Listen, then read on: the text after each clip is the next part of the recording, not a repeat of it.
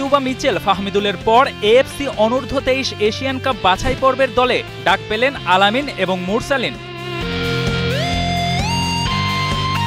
Midfielder Sheikh মুরসালিন ও forward আলামিন হোসেন দুজনেই আবাহনীর হয়ে আলো কেড়েছেন, খেলেছেন জাতীয় দলেও। তবে এবার তরুণ দুই প্লেয়ারকে জাতীয় দলে না রেখে এশিয়ান কাপ বাছাইয়ের দলে রাখাই বলে দিচ্ছে যুবাদের এশিয়া কাপ নিয়ে কতটা সিরিয়াস বাফুফে।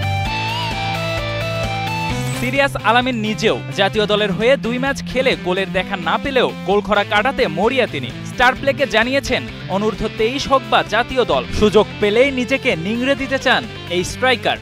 12 তারিখে আমাদের এফসি চ্যাম্পিয়ন্স লিগের খেলা, এটা শেষ করে হয়তো আবার 23 বা ন্যাশনাল টিম, যেটাতে কোচ যারা দায়িত্বে আছেন, যারা ওনারা ভালো জানেন যে আসলে কোন জায়গায় রাখবে। তো আমার যে জায়গায় রাখুক না কেন, আমি আমার বেস্ট পারফরমেন্স করতে চাই। জাতীয় দলের হয়ে 18 ম্যাচ খেলে 5 গোল করা মুরসালিন এশিয়ান কাপ বাছাইয়ের দলে ডাক পেয়ে বেশ খুশি, দিতে চান সেরাটা। ন্যাশনাল টিমে আমরা কিন্তু খেলার সুযোগ খুব কম পাই, আমাদের ম্যাচও খুব কম হয়।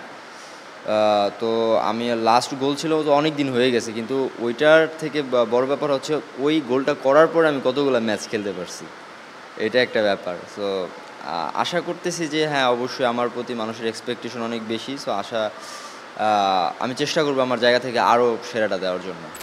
3 থেকে 9 সেপ্টেম্বর ভিয়েতনামে অনুষ্ঠিত হবে এবারের এশিয়ান কাপের বাছাই পর্ব। এই প্রতিযোগিতা ভবিষ্যতের এশিয়ান গেমস ও অলিম্পিকের জন্য একটি বড় মঞ্চ, আর তাই তরুণদের এই লড়াইয়ে সামনে থেকেই নেতৃত্ব দিতে দেখা যাবে শেখ মুরসালিন ও আলামিনকে। Ashraful Islam, star news.